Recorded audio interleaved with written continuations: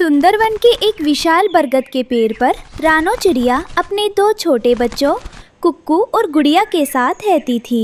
रानो का घोंसला तिनकों और सूखी पत्तियों से बना था, जो पुराना और कमज़ोर हो चुका था। गर्मी का मौसम बीत चुका था और आसमान में काले काले बदरा घिर आए थे। हवाएं तेज चलने लगी थी। मम्मा मम्मा, देखो बाहर कितना अंधेरा हो गया है। पेड़ इतनी ज़ोर ज़ोर से हिल रहा है, मुझे बहुत डर लग रहा है मम्मा। मम्मा, हमारे घोंसले से तो छत की पत्तियां उड़ रही है।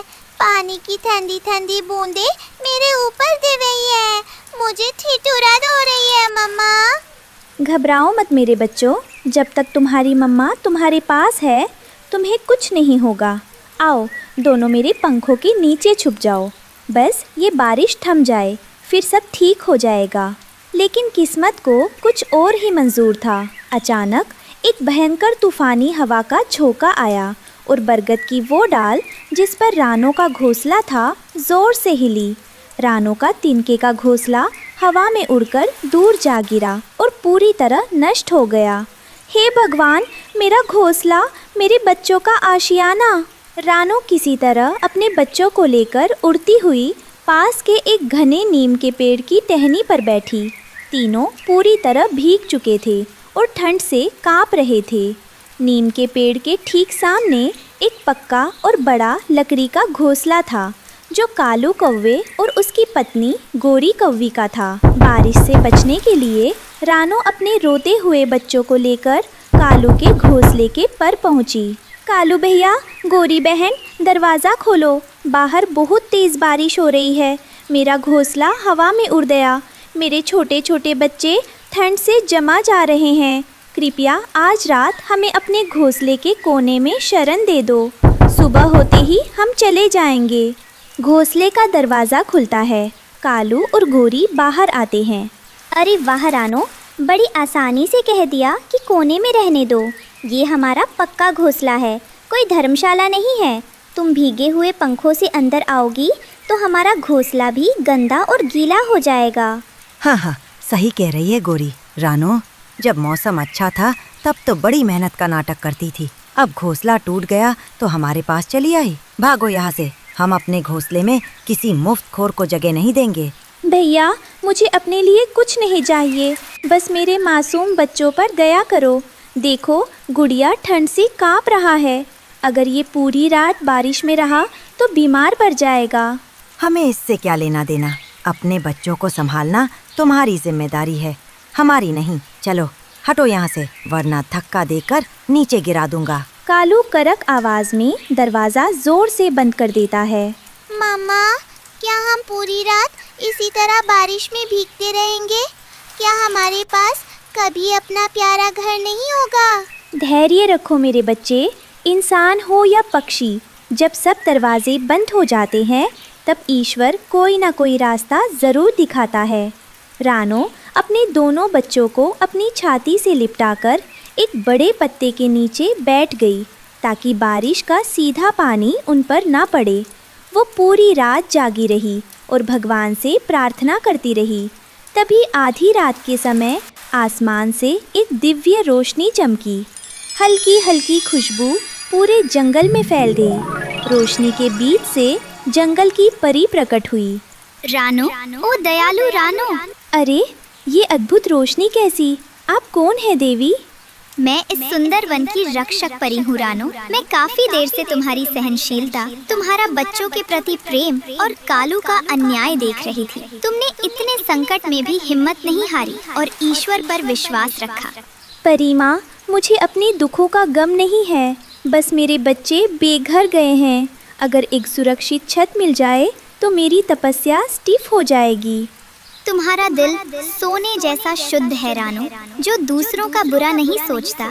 ईश्वर उसका कभी बुरा नहीं होने देते। मैं तुम्हारी सरलता से बहुत प्रसन्न हूँ। मैं तुम्हें एक ऐसा उपहार देने आई हूँ जो इस जंगल में आज तक किसी पक्षी को नहीं मिला। जंगल की परी ने अपनी जादुई छड़ी निकाली और हवा में घुमाई। छड़ी के सिरे से नीली और सुनहरी किरणें निकलने लगी। आबरा का डाबरा, हे प्रकृति की शक्तियों, रानो की निस्वार्थ ममता का फल इसे प्रदान करो। एक ऐसा आशियाना निर्मित हो जो कभी न टूटे। देखते ही देखते जहाँ रानो का पुराना घोंसला था वहाँ एक अद्भुत चमत्कार हुआ। शुद्ध सोने की ईंटें, सोने की बारीक टहनियाँ और हीरे मोतियों से जरा हुआ एक शानदार महल जैसा घोंसला बनने लगा। घोंसले की छत सोने की थी, जिसकी खिड़कियाँ हीरों की तरह चमक रही थी।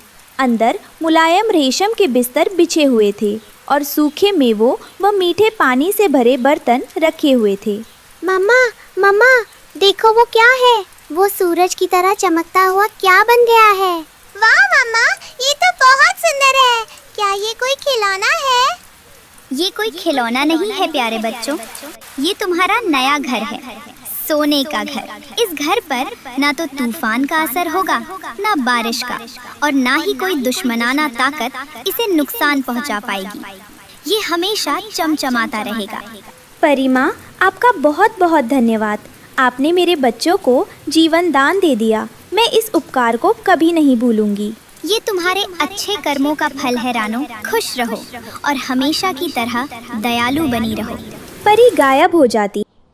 सुबह हुई, बारिश रुक चुकी थी और सूरज की पहली किरण जब रानो के सोने के घर पर पड़ी तो उसकी चमक से पूरा सुंदरवन जगमगा उठा। जंगल के सभी पक्षी, तोते, कबूतर, मैना और हाथी उस सोने के घर को देखने जमा हो गए।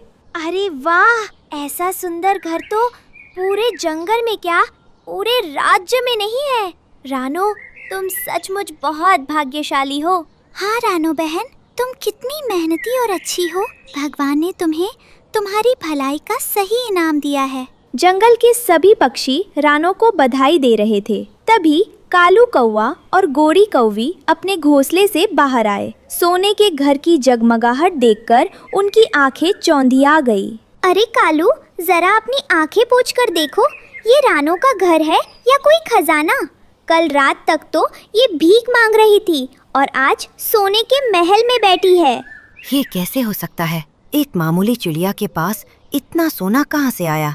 जरूर इसने कोई काला जादू किया है या फिर इसे कोई खजाना मिल गया है। जाओ कालू, जाकर रानो से पूछो कि उसे ये घर कैसे मिला। अगर रानो को सोने का घर मिल सकता है तो हमें क्यों नहीं? हम तो उससे बड़े और होशियार हैं। जलन के मारे कालू कौवा अपनी दुष्टता छिपाकर रानो के सोने के घर के पास पहुंचा। उसने देखा कि रानो अपने बच्चों को सोने के बर्तन में से मीठे मेवे खिला रही थी। अरे रानो बहन, राम राम। सुबह सुबह कितनी सुंदर लग रही हो तुम और तुम्हारे बच्चे। अरे वाह, ये घर तो बहुत ही कमाल का है। नमस्ते कालू भैया, कहिए सुबह सुबह कैसे आना हुआ? बस बहन, कल रात मुझे बहुत चिंता हो रही थी तुम लोगों की। बारिश इतनी तेज थी कि मैं दरवाजा नहीं खोल सका, वरना मैं तो तुम्हें अंदर ही बुलाने वाला था। मुझे माफ कर देना बहन। वैसे ये सोने का घर तुम्हें मिला कैसे? कोई गुप्त खजाना मिला क्या? नहीं भैया, कोई खजाना नहीं, ये तो जंगल की परी का आशीर्वाद है। कल रात जब हम बारिश में भीग रहे थे तब परी माँ आई और हमारी हालत देखकर उन्होंने अपनी जादुई छड़ी से ये घर बना दिया। ओहो, तो ये सब जंगल की परी का खेल है। अगर मैं भी बारिश में भीगने का नाटक करूं तो परी मुझे इससे भी बड़ा सोने का महल दे देगी। अच्छा रानो बहन, बहुत बढ़िया हुआ। चलो मैं चलता हूँ। कालू दौड़ता हुआ अपने घोंसले में गया और गोरी कौवी को पूरी बात बताई। गोरी, रास्ता मिल गया। सोने का घर बनाने का राज पता चल गया है। जल्दी बताओ कालू, क्या राज है? रानो को वो घर जंगल की परी ने दिया था जब वो बारिश में रो रही थी। अब हम भी वही करेंगे। आज रात हम अपने पक्के घोंसले को खुद ही तोड़ देंगे और पेड़ की टहनी पर बैठकर रोने का नाटक करेंगे। जब परी आएगी तो हम उससे रानो से भी बड़ा 2 मंजिला सोने का महल मांग लेंगे। वाह कालू, क्या दिमाग पाया है तुमने। लेकिन क्या हमें अपना सुंदर लकड़ी का घोंसला सचमुच तोड़ना पड़ेगा? अरे पगली, लकड़ी के घोंसले की क्या कीमत जब हमें सोने का महल मिलने वाला हो। चलो जल्दी से इसे तोड़ना शुरू करो। लालच में अंधे होकर कालू और गोरी ने अपनी चोंच मार मारकर अपना ही सालों पुराना सुरक्षित पक्का घोंसला पूरी तरह नष्ट कर दिया। शाम होते ही इत्तेफाक से आसमान में फिर से काले बादल छा गए और झमाझम बारिश शुरू हो गई। बारिश तेज होती जा रही थी। कालू और गोरी एक नंगे पेड़ की डाल पर जाकर बैठ गए। वे दोनों जानबूझकर जोर जोर से रोने और चिल्लाने का नाटक करने लगे। ओहो, हाय दया, हमारा घर टूट गया, हम बेघर हो गए। हे जंगल की परी, कहाँ हो तुम? आओ और हमारी मदद करो। हाहाकार मच गया है परी माँ। देखो, हम बारिश में जम रहे हैं। हमें सोने का महल ले दो। जल्दी आओ परी माँ। वे घंटों तक रोने का नाटक करते रहे, लेकिन नाटक करते करते सचमुच की तेज ठंडी हवाएं चलने लगीं। बारिश का पानी उनके पंखों में घुस गया। वे दोनों सचमुच ठंड से थर-थर कांपने लगे। गोरी, ये परी अभी तक आई क्यों नहीं? मुझे तो सच में बहुत ठंड लग रही है। कालू, थोड़ा और जोर से रो। शायद परी को हमारी आवाज़ सुनाई ना दे रही हो। तभी आसमान में एक बार फिर रोशनी हुई और जंगल की परी प्रकट हुई। लेकिन इस बार परी के चेहरे पर दया नहीं, बल्कि क्रोध था। कालू कौवे, गोरी कौरी, ये क्या ढोंग रचा रखा है तुम दोनों ने? ओह परी माँ, आप आ गई। देखिए, तूफान में हमारा घोंसला टूट गया। हम बहुत गरीब और बेबस हैं। दया करके रानो चिड़िया की तरह हमें भी एक बड़ा सोने का महल दे दीजिए। खामोश, झूठे और लालची पक्षियों, तुम समझते हो कि तुम मुझे धोखा दे सकते हो? मैं सब जानती हूँ। रानो का घोंसला सचमुच तूफान में टूटा था और वह अपने मासूम बच्चों के लिए रो रही थी। उसके मन में कोई लालच नहीं था। परी माँ, तुम दोनों ने कल रात रानो और उसके भूखे बच्चों को अपने घोंसले से धक्का देकर बाहर निकाल दिया था। तुम में जरा सी भी दया भावना नहीं थी और आज केवल सोने के महल के लालच में तुमने अपना ही बना बनाया घर अपने हाथों से तोड़ दिया। परी माँ, हमें क्षमा कर दीजिए। हमसे बहुत बड़ी भूल हो गई।